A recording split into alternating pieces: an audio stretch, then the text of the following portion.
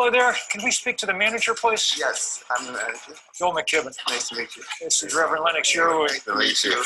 So we're representing a whole coalition of environmental groups, and Chase is, as you know, the biggest funder of fossil fuels in the country.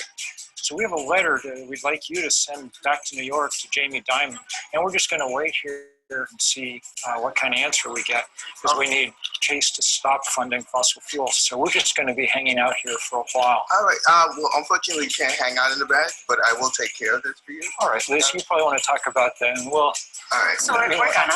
You can introduce me. Okay, very well. Why don't we go? We'll just go sit down over here for a while.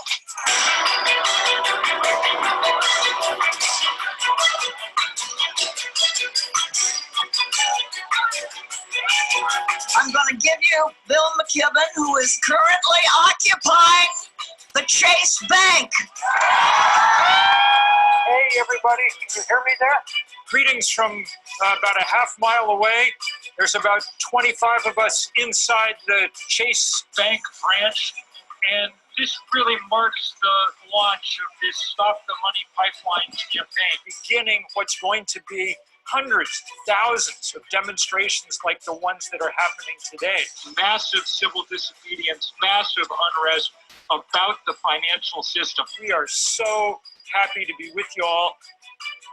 The police have just arrived here, and we want to send a big message out from here, everybody.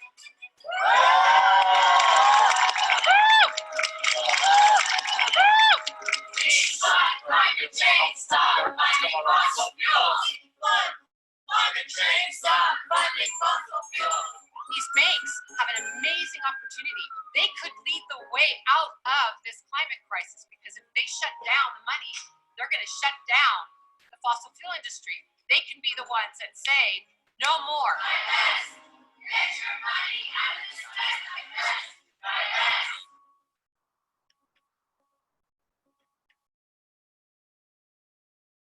My name is Tara Hauska. I'm Bear Clan from Couchiching First Nation.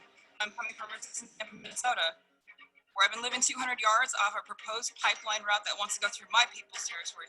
My message is for all of us. We have power.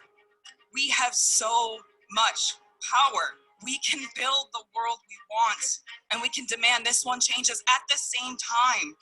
So pull your money out of the banks, stand brave, stand fearless, because we're in this together. So, miigwech.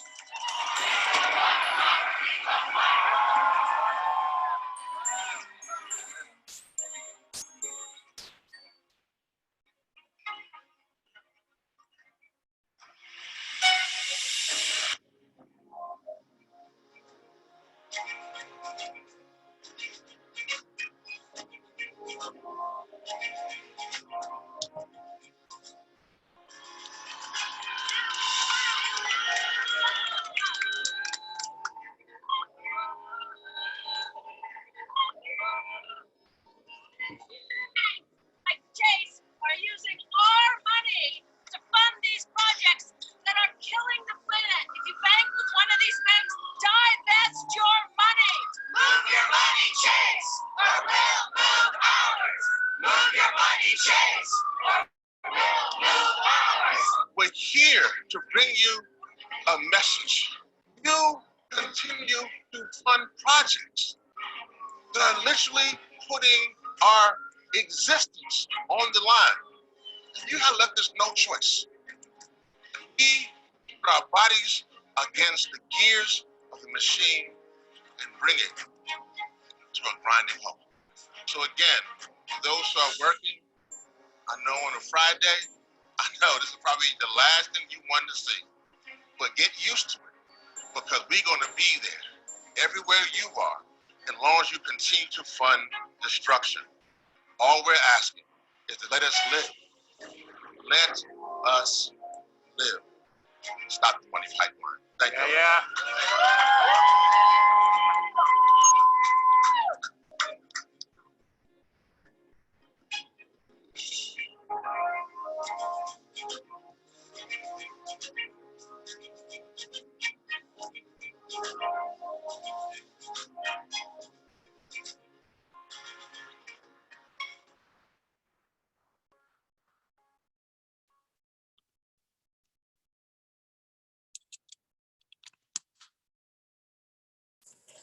Hi, everybody. Thanks so much for joining. We have a great crowd tonight. Super excited about this webinar. And so you saw in that video what we launched on January 10th.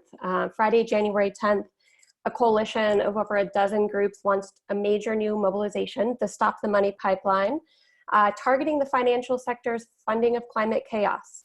Our goal is to stop the funding of climate destruction. That means banks, insurance companies, and investors need to stop funding, insuring, and investing in fossil fuels and deforestation, and start respecting human rights and indigenous sovereignty. So in collaboration with the Youth Climate Movement, we're collectively working towards 72 hours of climate strikes surrounding the 50th anniversary of Earth Day in April. And we're continuing that mobilization through the Wall Street shareholder season in May. And since January, since we launched, our coalition has grown to over 90 organizations. So I'm super excited to be here tonight. My name is Britton Cleveland. I'm an organizer with Friends of the Earth. I live in Rochester, New York, on occupied Seneca land. And though I'm a third generation Floridian and proud of it, my family settled in Florida in the 1800s. My family is no stranger to climate change and to the impacts of climate change. My grandfather's home, which was also my childhood home, was destroyed by Hurricane Charlie while my grandfather and my uncle were inside. And I'm here for my mother too, who is one natural disaster away from losing everything. And I'm telling you this, not just because I think it's super important that we all stay grounded in our stories and why we're here, but it's also irony because insurance companies refuse to insure my mother's home. They refuse to protect her from the impacts of climate change, yet these same insurance companies are protecting fossil fuel industry and their profits. They're insuring pipelines that carry climate-wrecking fossil fuels. And so this is my why, and this is why I'm part of this fight. And I'm excited to be here tonight also with Simone Johnson from the Future Coalition. We also have Scott Parkin with the Rainforest Action Network. Charlie Furman with the Stop the Money Pipeline Coalition is with us tonight. And we also have Sarah Bueller from BlackRock's Big Problem with us tonight. She's helping out with logistics and answering questions in the chat. And with that, we do just some house cleaning and logistics. There's a chat box at the bottom of your screen for those of you that are watching on your computer. You'll see that. So I'd love to hear from all of you. You know, who's with us tonight? Where are you located? Where are you organizing? What are your affiliations? Are you a youth organizer? We'd love to hear that. What land are you on? What native land are you currently on? And what kind of support are you looking for? What are you hoping to take away from tonight? And if you're listening by phone, I know there's lots of people listening by phone. If you have a question, you can send it to support@stopthemoneypipeline.com. So tonight we are going to talk about the Stop the Money Pipeline National Day of Action. And what we're hoping for you to take home tonight is the broader context of what this mobilization looks like and how it is fitting in with the climate strike mobilization. We are going to go over Direct Action 101 for you and give you some really great ideas for direct action and how to go about planning, and also how to build a multi-generational, multiracial team in the process. And we're going to talk also about how to use Action Network, which is our digital tool helping us organize this mobilization. And we'll talk about some, recruitment 101 and best practices for getting the highest turnout for your actions. And we're going to have plenty of time at the end for questions and answers. But like I said, please feel free to use the chat box and use the Q&A box. We do have folks, that are going to be answering questions live tonight. So with that, I would like to hand it over to Simone Johnson with the Future Coalition to talk about the broader context with youth climate strikes. Thank you, Britton. Hey, everybody. It's really nice to be with you all this evening. My name is Simone, and I am the project manager with Future Coalition, organizing around the climate strikes.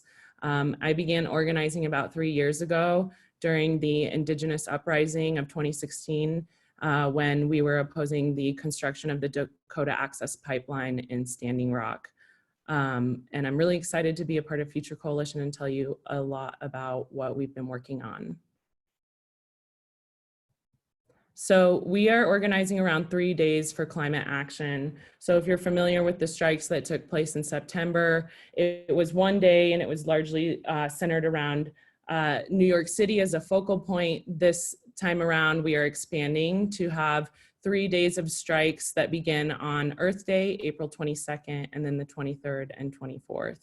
And so the first day of actions is on the 50th anniversary of Earth Day. This is the day when we hope for Deep Strike Day, so mass mobilization of millions of people rallying in the streets and marching with one another. We hope to have strong Indigenous leadership on this day, so that means Indigenous representation on teams, of event hosts, of organizers, of speakers, throughout the entire day of Earth Day.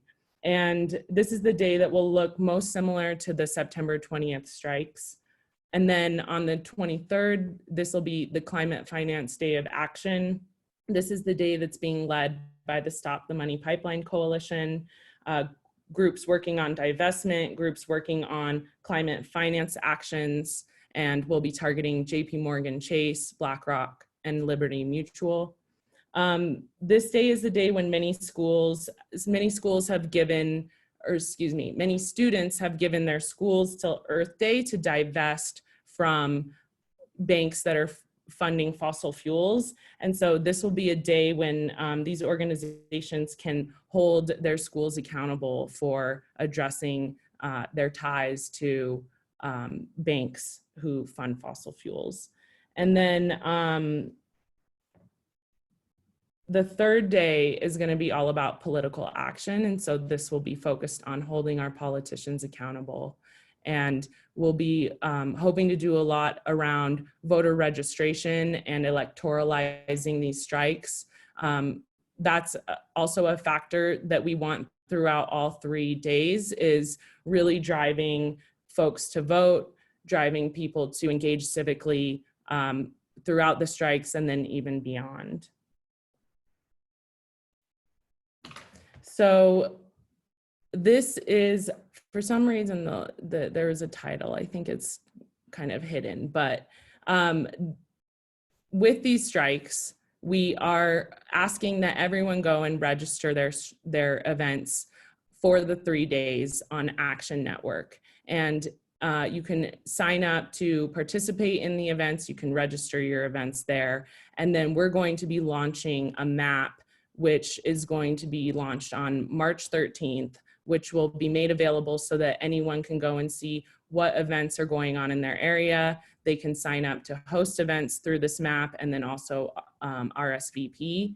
And then on the 13th, we'll also be providing materials that will allow you to embed the map on your website if that's something of interest to help drive attendance and help promote everything that all of these amazing organizers are working on. And we've got a lot of really awesome organizers. The coalition is largely made up of youth. This is very much a youth-driven initiative, and we're really excited to have all of these adult mentors and supporters as allies to help share in our vision and help drive this forward. And then the next thing I wanted to mention is there is a fund. It's called the Youth Climate Action Fund. And so event hosts can apply for funding for if they need support to put on their strikes. We have a goal to raise 1 million in funding through this fund. And so in these materials, you can click through on this image. And if you're an event host and you need support, you can go to this form to request support for your strikes. And then we also have some key resources. So the primary two that you'll want to access are the organizing guide. This is just a really comprehensive guide that is super helpful for people who are just in the planning phases of their strikes. just to think through logistics and who to bring onto your team and project timelines and a bunch of different great resources to help you organize your strikes and feel super prepared leading into the 3 days. And then we also have an organizer dashboard. So this will be updated regularly as we continue to push out materials. We've been doing a lot of host webinars. We've been providing resources like toolkits. And so there's a lot of great materials in here. There's also an adult ally toolkit within the dashboard. So supporting our youth, this toolkit will be amazing to continue to do that. And then we'll just continue to push out resources and add them to the dashboard as necessary. And I believe that is all I had. Yeah. Thank you so much, Simone. I know this is probably an incredibly busy time. Appreciate you taking time on Sunday night to join us. And Simone will be here for questions. If you have any questions about the climate strikes or about the funding, you can chat with Simone. But I want to talk a little bit about, why are we here, some broader context. We, just exited the warmest decade ever. And the planet's alarm bells are not just ringing, they're screaming. Antarctica was 65 degrees last month. Australia is reeling from catastrophic wildfires. And we have a little less than 10 years to solve this problem. And we essentially need to cut our use of fossil fuels in half by 2030. That's what scientists are telling us. So we also know that there are two centers of power in this country, Washington and Wall Street, and Washington is deadlocked. And so that's why we're going to go after Wall Street. And we have one simple demand: that banks, insurance companies, and asset managers and institutional investors stop funding, stop insuring, and stop investing in climate destruction. So that means ending funding and financing for fossil fuels and deforestation, and demanding that these financial institutions start respecting human rights and indigenous sovereignty. And why are we talking about human rights and indigenous sovereignty? Because we know that these are exactly what are sacrificed almost every time a major new fossil fuel project goes forward, or when rainforests are cleared for commodities like palm oil. And time again, we've seen fossil fuel companies work directly with governments and law enforcement to at times physically remove people from their land, or force effects of pollution on communities of Black, Indigenous, and people of color. So the time to act is long overdue, whether it's the Dakota Access Pipeline, the Keystone XL Pipeline, Line 3, the Trans Mountain. It's a global problem as well, with deforestation in the Amazon. We have LNG pipelines like the Atlantic Coast Pipeline. We have mines and tar sands refineries. And these communities are saying no. And we know that behind every fossil fuel project driving the climate emergency, we have the banks, the insurance companies, and the asset managers, and the institutional investors behind them who fund them. And the fossil fuel industry is only able to keep expanding and doing what they're doing because these big banks and investors keep pouring money in. So whether it's banks like JP Morgan Chase, who's the world's top funder of fossil fuels, providing $196 billion in financing to fossil fuel companies since 2016, or it's Liberty Mutual, a top insurer of companies responsible for massive fossil fuel projects like the Trans Mountain Pipeline. Liberty Mutual has also insured a property bond for the Keystone XL Pipeline. Also, asset managers, BlackRock, probably the largest company that you've never heard of, responsible for the climate crisis, the largest asset manager in the world, and they're managing nearly $7 trillion in assets worldwide, and the biggest investor in fossil fuels and deforestation-linked commodities.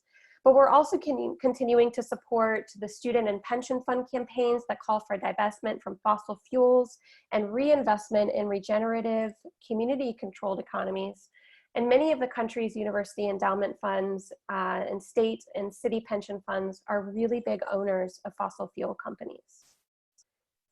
So that's why we're doing this on April 23rd as part of the Youth-Led Climate Strikes. The Stop the Money Pipeline National Day of Action is uniting in one big day of mobilization all of the climate finance campaigns in the USA. And we're taking on Wall Street's financing of the climate crisis. We think that if we organize employees and the public to unveil the complicity of Wall Street in the destruction of our climate and human rights and indigenous rights violations, will affect those companies' reputational risk and thus financial risk. And we're going to threaten their cherished profits in the while we're at it.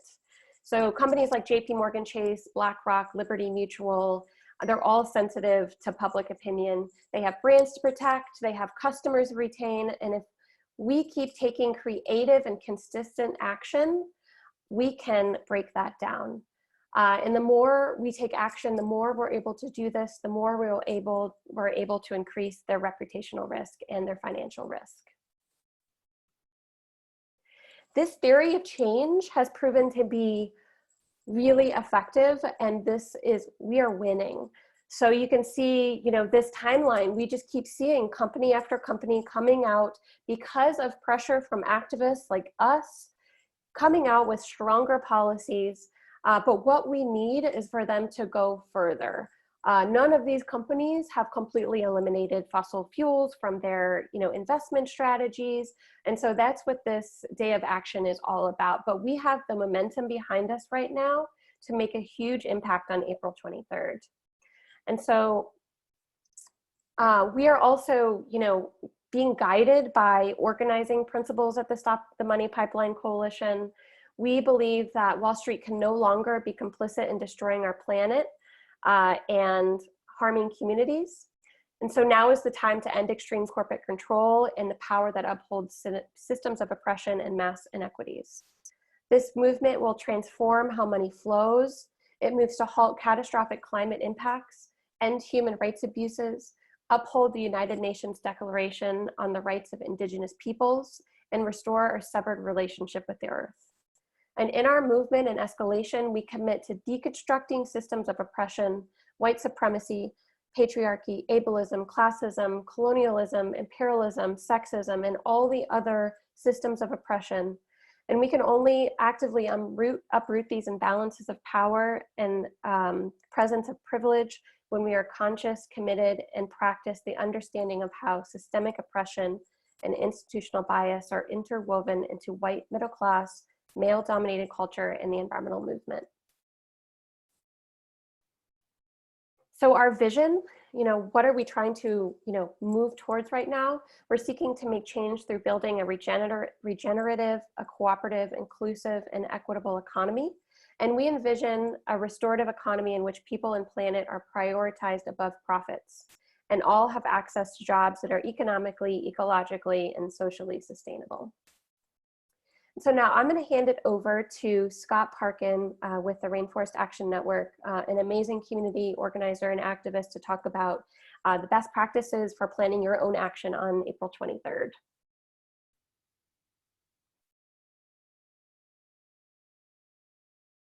Scott, you're unmuted. Yep. Right, you can hear me okay?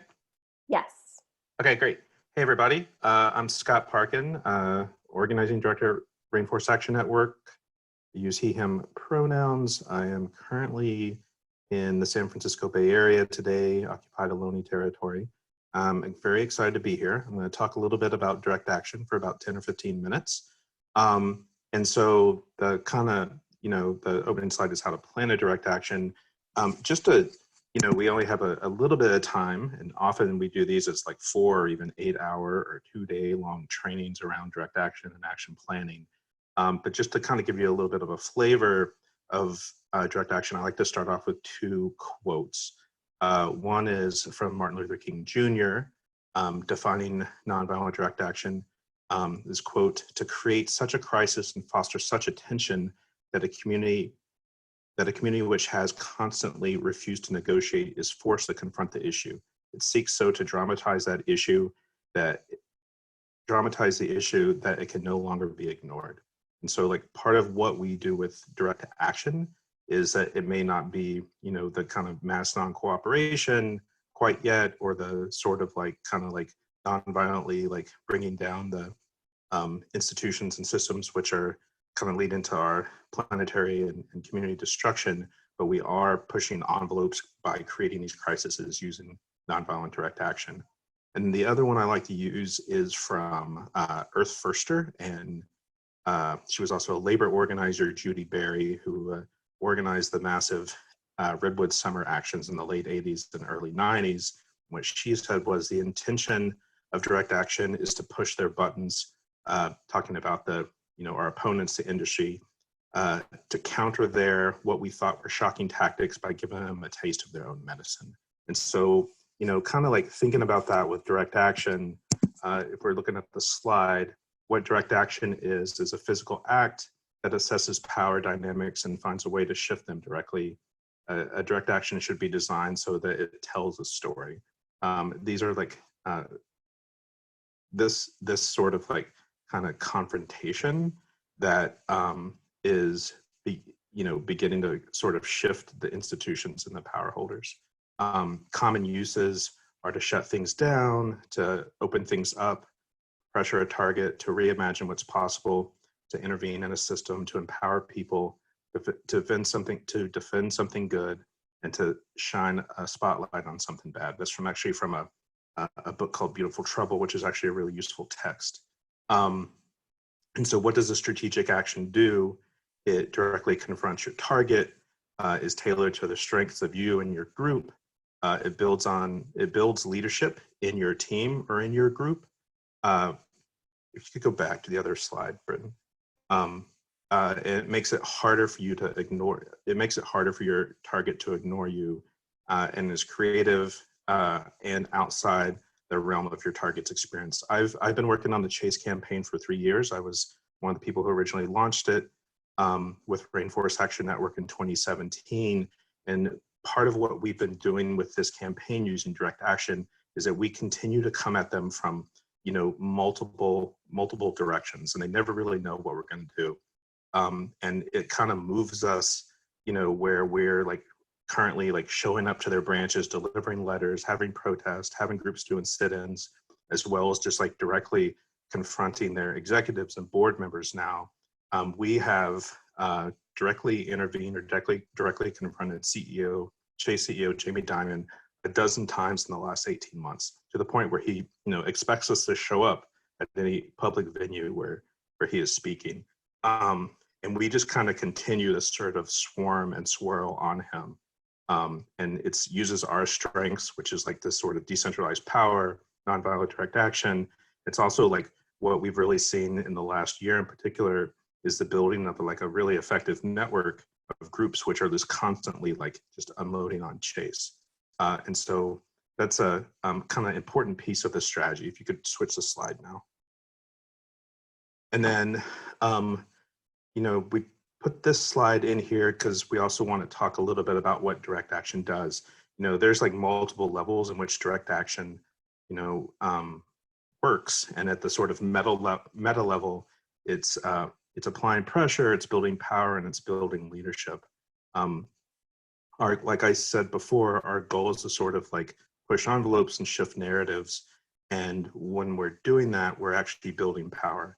You know, up until just a few years ago, it wasn't even a conversation that, you know, Wall Street banks shouldn't be funding tar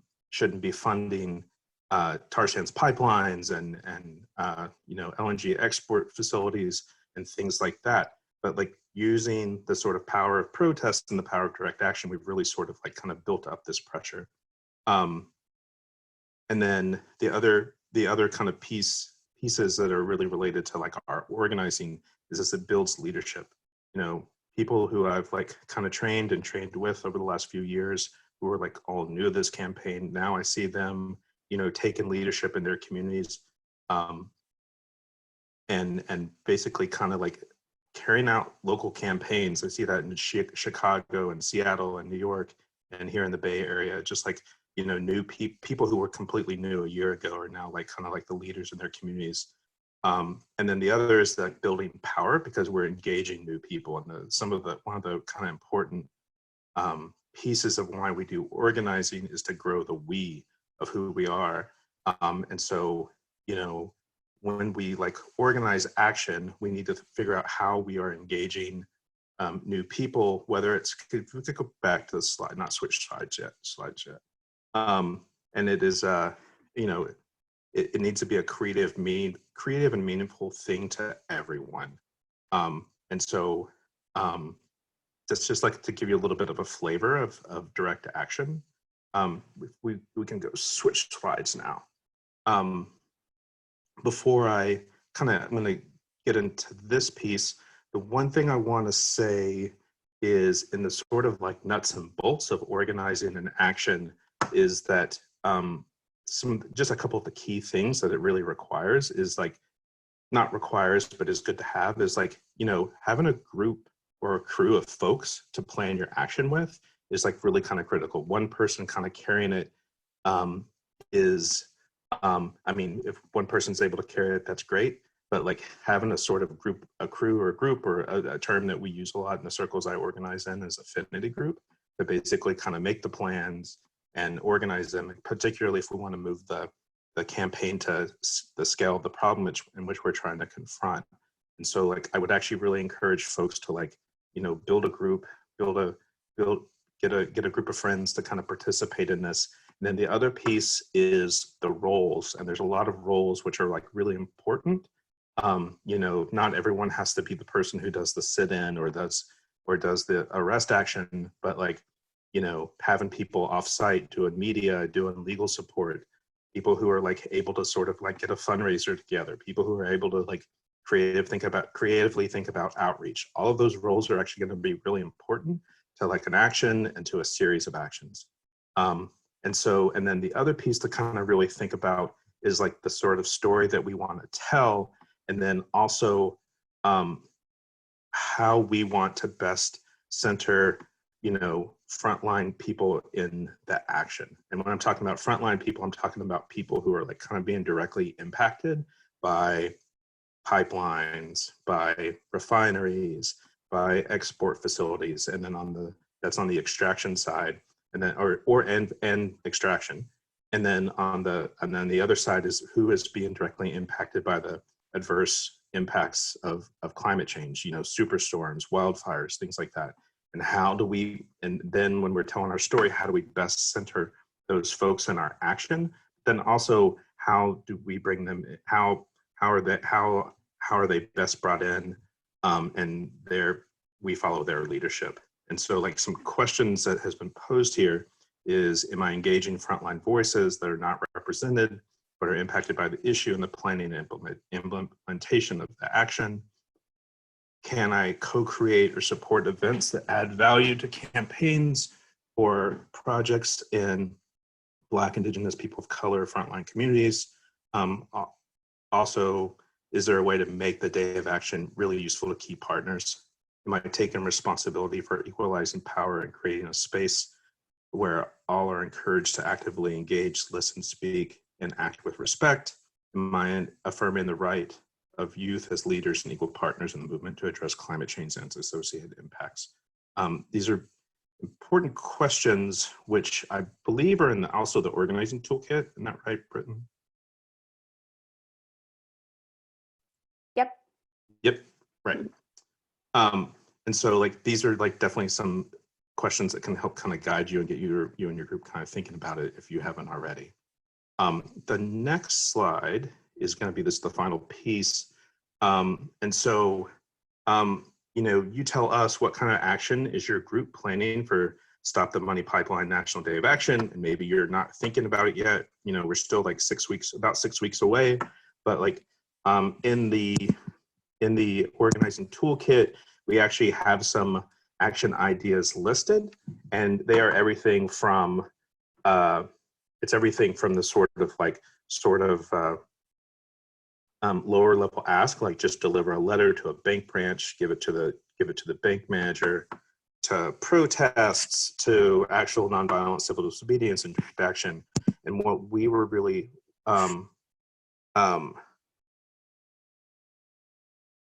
really asking folks is for folks to kind of like put their action plans or ideas that you already have into the chat box. But I just want to actually say that we actually have a great number of action ideas that you can put in here, and it's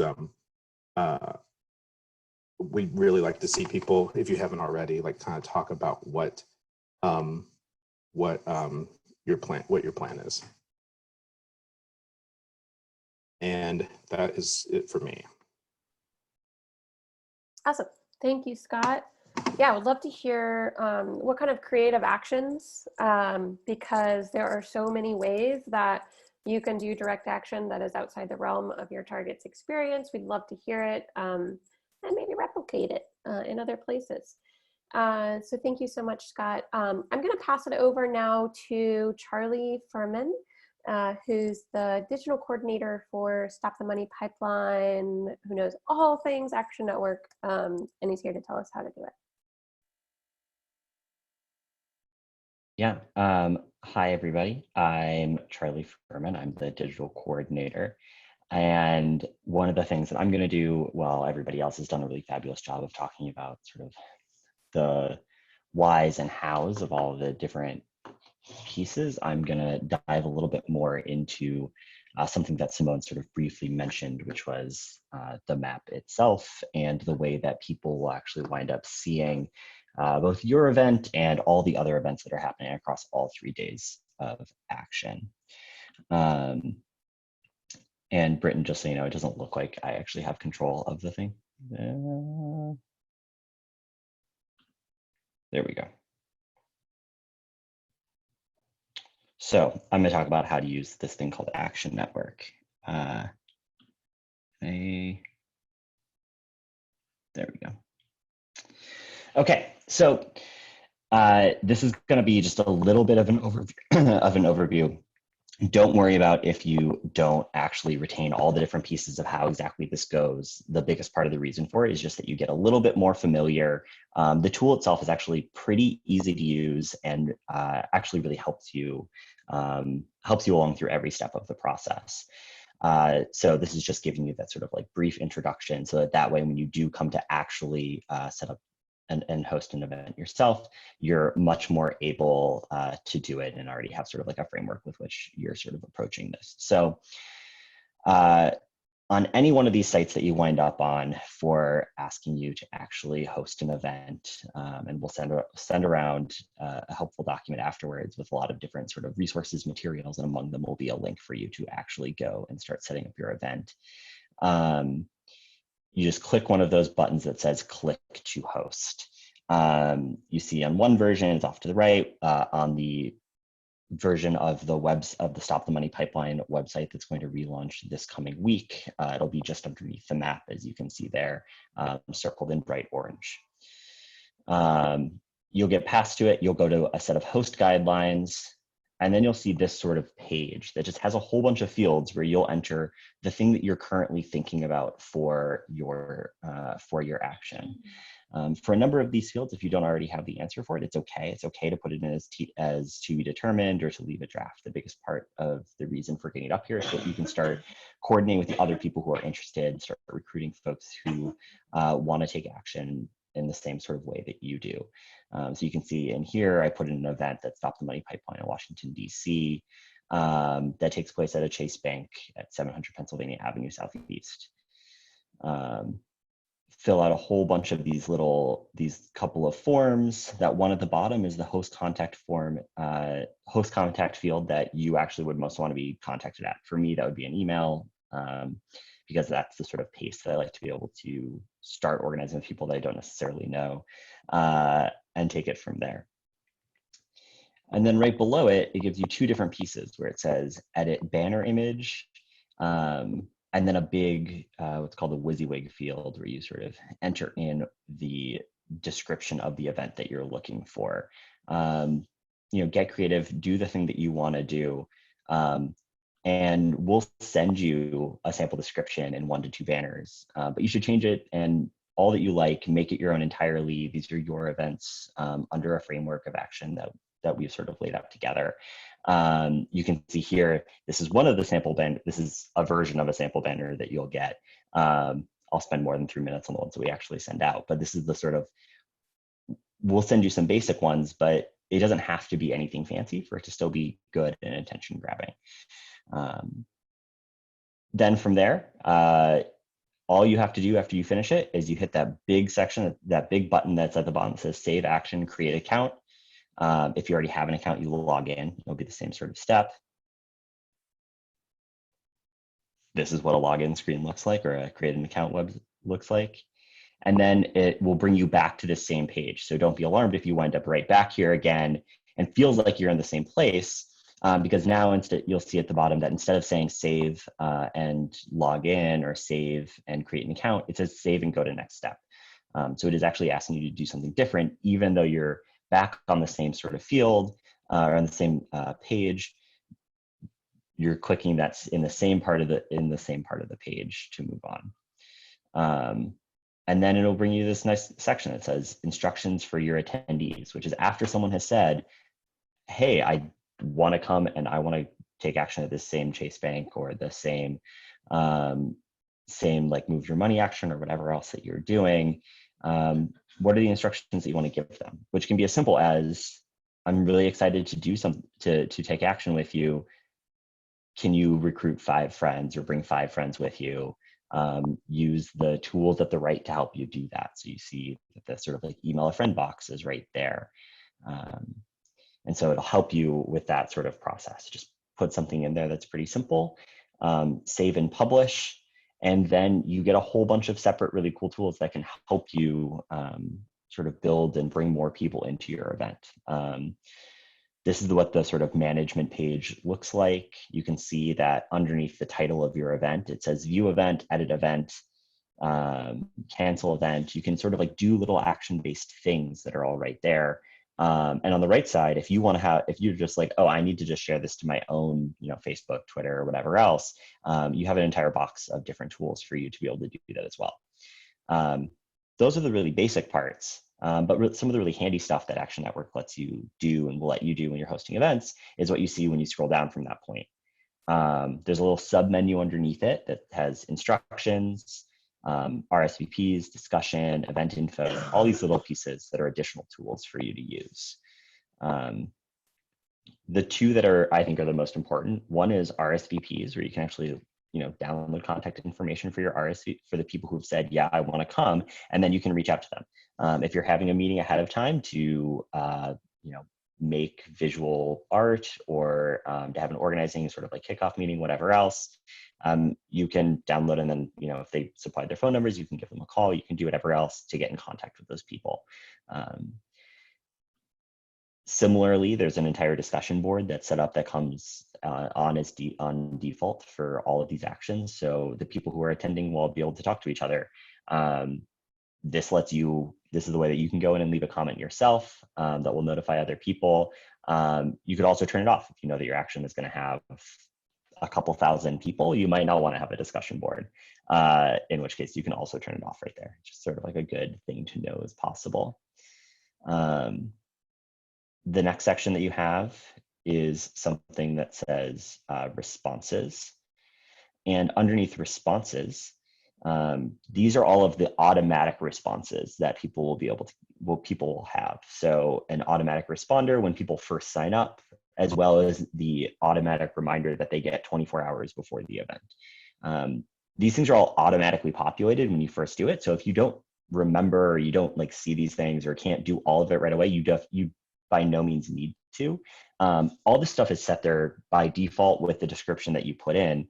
But if you really want to be able to take and customize it and adjust it or whatever else, these things are all right there for you. And then similarly, if you want to change what the things look like for sharing this in that same sort of like right-hand column where after people sign up, it's the way that they share it, you're able to do that yourself right here. Again, this is all filled in by default, so you don't have to change it if you don't want to, but it's all things that you're able to do, and you just know that it's there. And again, all this stuff will come to you over the next couple of days as we we set up sort of like one-on-one like coaching and host sort of development pieces and send you a couple of toolkits that have a lot of this information in it so you can refer back to it. So like I said, it's sort of like a well-designed, but it's like a complex tool, but it's well-designed, and we're here to help. And we're all sort of here rooting for you to help make this something that you are able to do, and then ideally in the future are able to do again.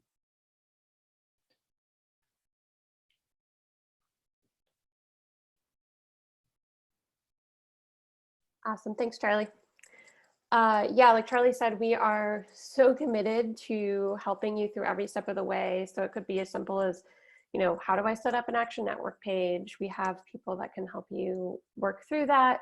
We also have host coaches that can help you work through recruitment. And we all know that recruitment is one of the most important and sometimes the most challenging aspects of running an event. Luckily, we have the wind at our backs right now. Just turn on my video. Yeah, we have the wind at our back. So we should be seeing, you know, this be one of the most, you know, historic climate action days of action that the world has ever seen. That's what we're hoping for. And the fact that we have so many people on the webinar tonight is super exciting. We have, you know, so many people that are committed to taking action on April 23rd. So how are we going to get people there? You know, recruitment is, you know, like the heartbeat of all these actions, is the pulse of energy that brings life, you know, into our organizing. And like Scott said, you know, being really intentional about, you know, centering folks that are impacted but may not be represented from the very beginning is the best way that we can build this movement and have really strong, strategic, meaningful, powerful actions on April 23rd. And so keeping up, you know, starting recruitment early and keeping it up from the moment that you start planning your event until the day of is really super important, you know, and it kind of goes without saying, but lack of recruitment may be the difference between an event or action that ignites your movement, our movement, or an event that fizzles. So we don't want to see that happen. So if you're having trouble or need some help or ideas, feel free to reach out to us at any time.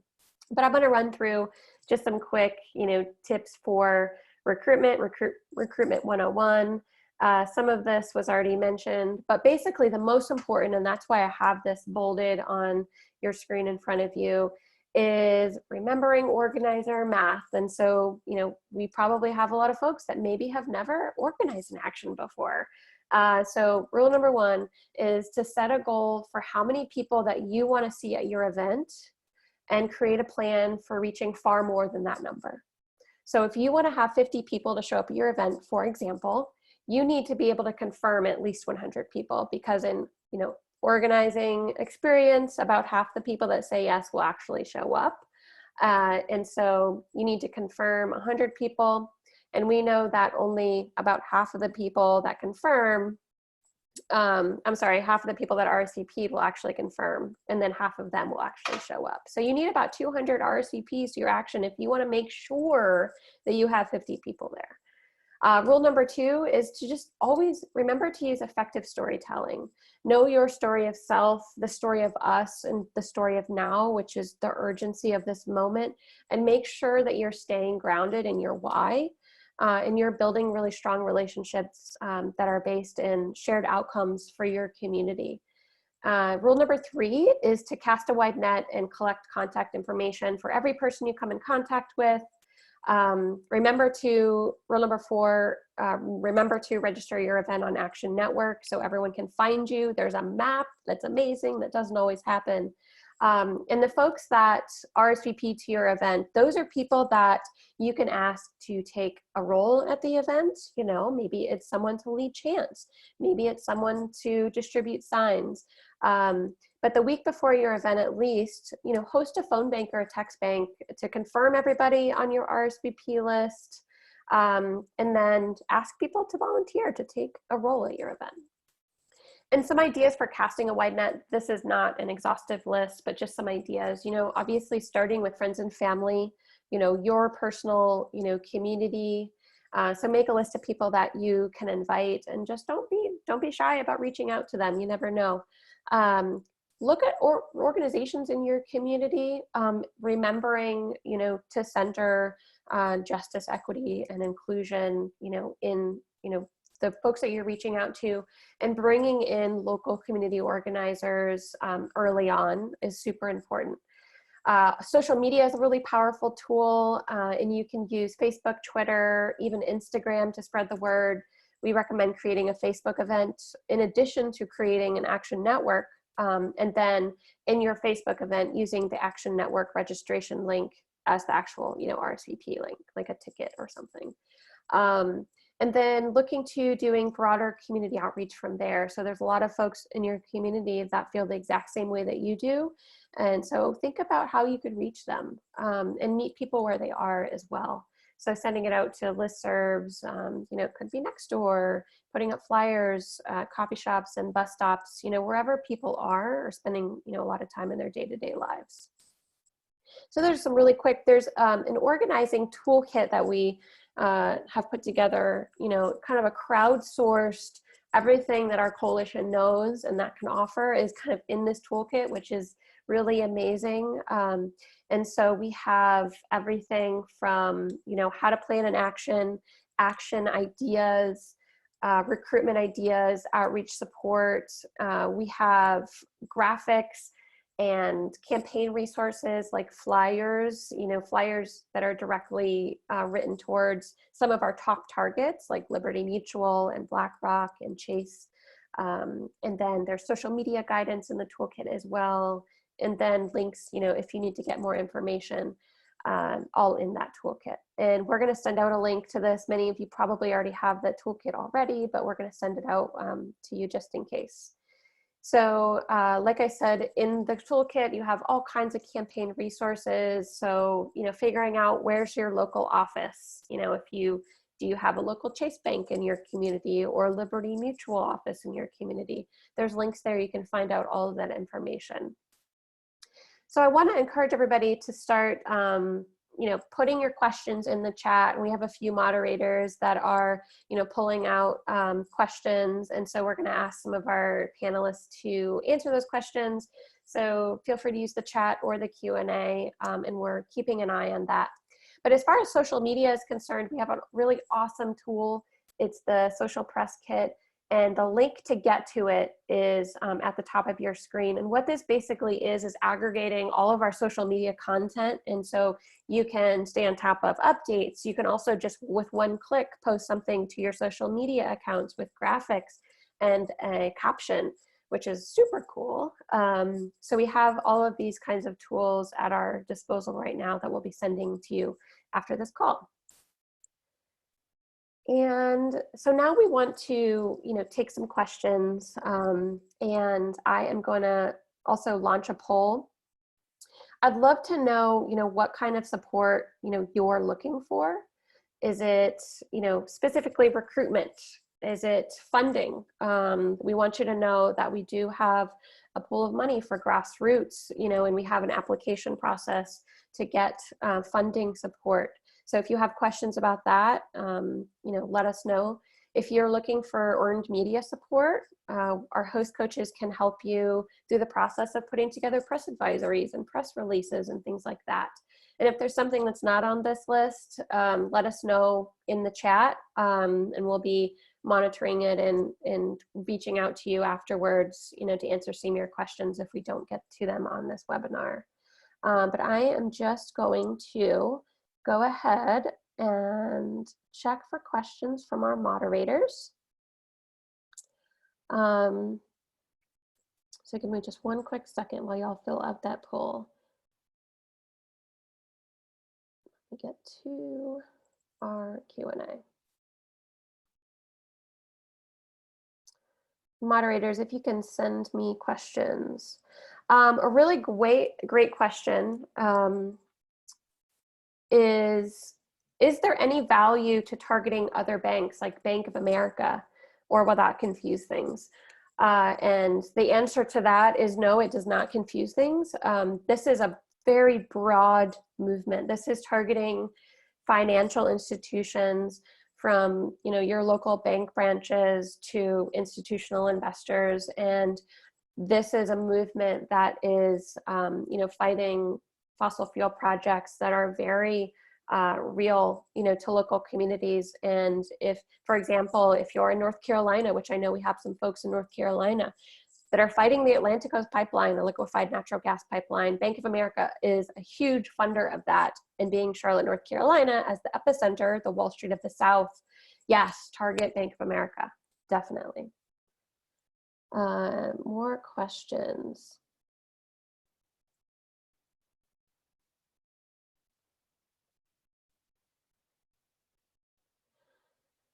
So we have another question. What do you recommend is the minimum number of people needed for an effective branch action? Are we aiming for more branches or bigger actions at fewer branches? I'm going to kick that over to Scott. Scott, if you can take that question. I mean, I would say that it,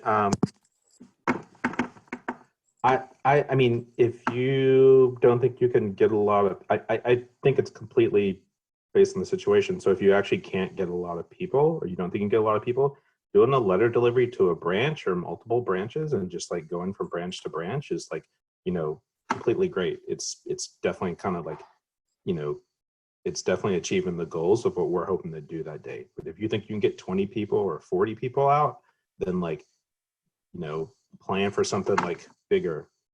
I would say that to answer the question, if you want to do a demonstration outside of a branch, like probably like 10, at least 10 or 20 people is probably a good place to start. But, I've personally stood out in front of bank branches by myself holding the sign. So I think it's all like has a cumulative effect. So basically they can be as big or as small as you want. It's Yeah, kind of how exactly. creative, bring in that element of creativity, because you can do an action with a small number of people.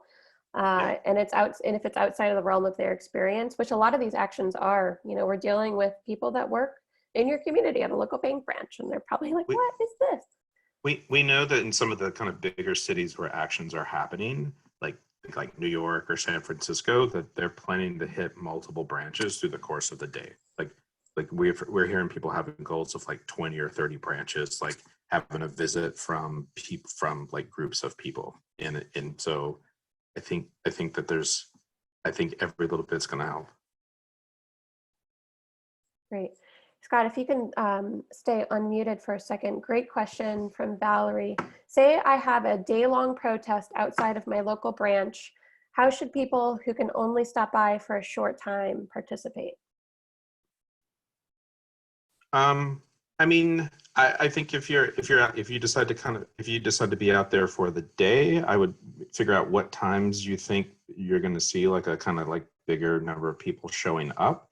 And then I would say at those moments you should have like a plan around like more, chanting, trying to go into the bank, things that you can really utilize a crowd for. And so, and also as you're doing your outreach and recruitment and people say, I can only come for an hour or two, like give them a certain time of day where you actually expect the kind of more active will be the more active times. Like lunchtime is a very popular time for people to come do things because they can actually leave their office for a little bit or leave their day job for a little bit and show up. So like I would actually, people can only show up for a little bit of time, actually try and give them a time where it would best work for them to show up. Great. These are some really great questions. There's lots of questions coming in about the funding that is available. We'll be sending out information, to organizations that are, part of the coalition. If you have any questions specifically about that, email us at support@stopthemoneypipeline.com, and we'll try to get those questions answered.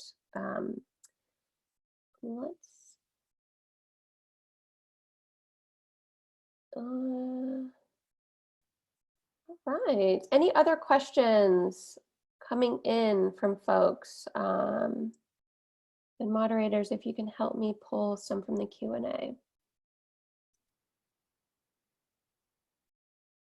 There's an interesting question from, oh, I just lost it, I apologize. But basically, it was from Justin. What would it take to defeat giant corporations polluting our planet? Does anybody want to take that question?